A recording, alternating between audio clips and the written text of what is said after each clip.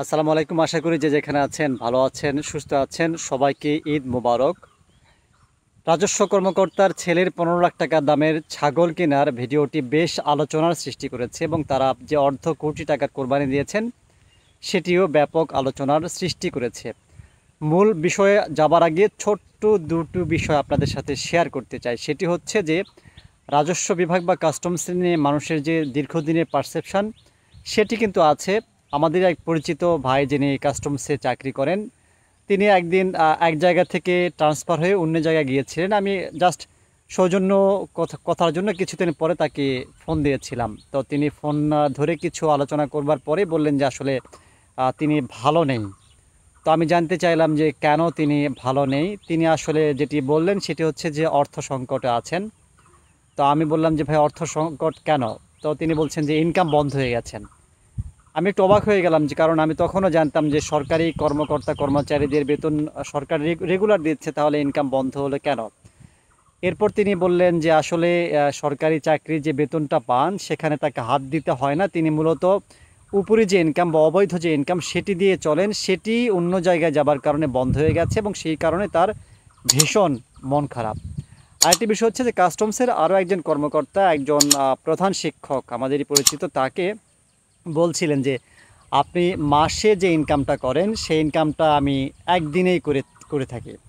এতে প্রধান শিক্ষক মহোদয়ের ভীষণ মন খারাপ হলেও তিনি যেটি বললেন যে আসলে আমি যে ইনকামটুকুই পাই এতে আমি খুশি, কারণ এটা আমি এভাবেই এটা জেনে চাকরিতে এসেছি।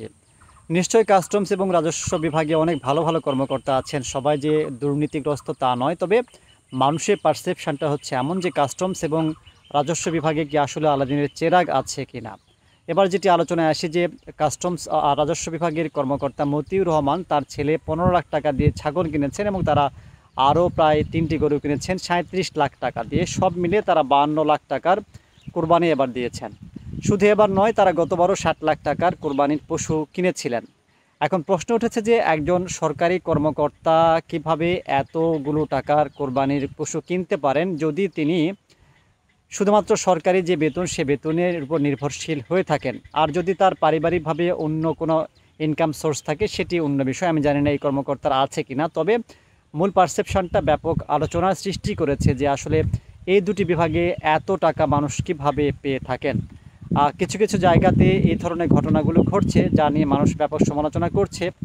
এবং নিশ্চয় আপনাদের দৃষ্টিগোচর হয়েছে কয়েকদিন আগে বিসিএস কর্মকর্তা একজন যিনি বেতারে ছিলেন, তিনি বিসিএসের চাকরি ছেড়ে সাব রেজিস্ট্রার পদে যোগদান করেছেন। তিনি আসলে কেন করেছেন নিশ্চিতভাবে সেটি তার ব্যক্তিগত বিষয়। তবে ওই যেটা বললাম যে পারসেপশন, সাব রেজিস্ট্রার বা ভূমি অফিসের যে অনেক টাকার খেলা হয় সেটির জন্যে অনেকেই ধারণা করছেন, যদিও অনেকেই বলছেন যে আসলে বিসিএসে বেতারে যিনি ছিলেন সেখানে পদোন্নতি হয় না, নানা ধরনের সংকটের কারণে তিনি পরিবর্তনটা আসলে করেছেন।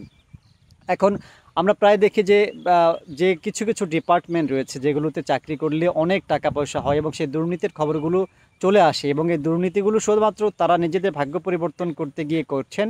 এবং এক্ষেত্রে যারা দুর্নীতিগ্রস্ত তারা যেমন সুবিধা হচ্ছেন, পক্ষান্তরে রাজস্ব যেটা আদায় বা সরকারের যে রাজস্ব খাত সেটি কিন্তু অনেকটা বঞ্চিত হচ্ছে। বিষয়গুলো নিশ্চিতভাবেই খুঁজে দেখা দরকার। বিশেষ করে সরকারি কর্মকর্তারা কর্মচারীরা তাদের সম্পদের যে হিসেব দেওয়ার কথা সেটি দিচ্ছেন কিনা, সেটি আসলে কোথায় রাখছেন, তারা রিটার্নে উল্লেখ করছেন কিনা, এগুলো খুঁজে বের করলে তাদের দুর্নীতি বা তাদের দুর্নীতির যে খবরটি সেগুলো বের করলে কিন্তু 2-4 জনকে শাস্তি দিলেই কিন্তু এটি আসলে কমে আসা সম্ভব। আলোচনা ভালো লাগলে লাইক কমেন্ট শেয়ার করুন, না লাগলে সমালোচনা করুন। অনুগ্রহ করে খারাপ মন্তব্য করবেন না। সবাই ভালো থাকবেন। আসসালামু আলাইকুম। ঈদ মোবারক।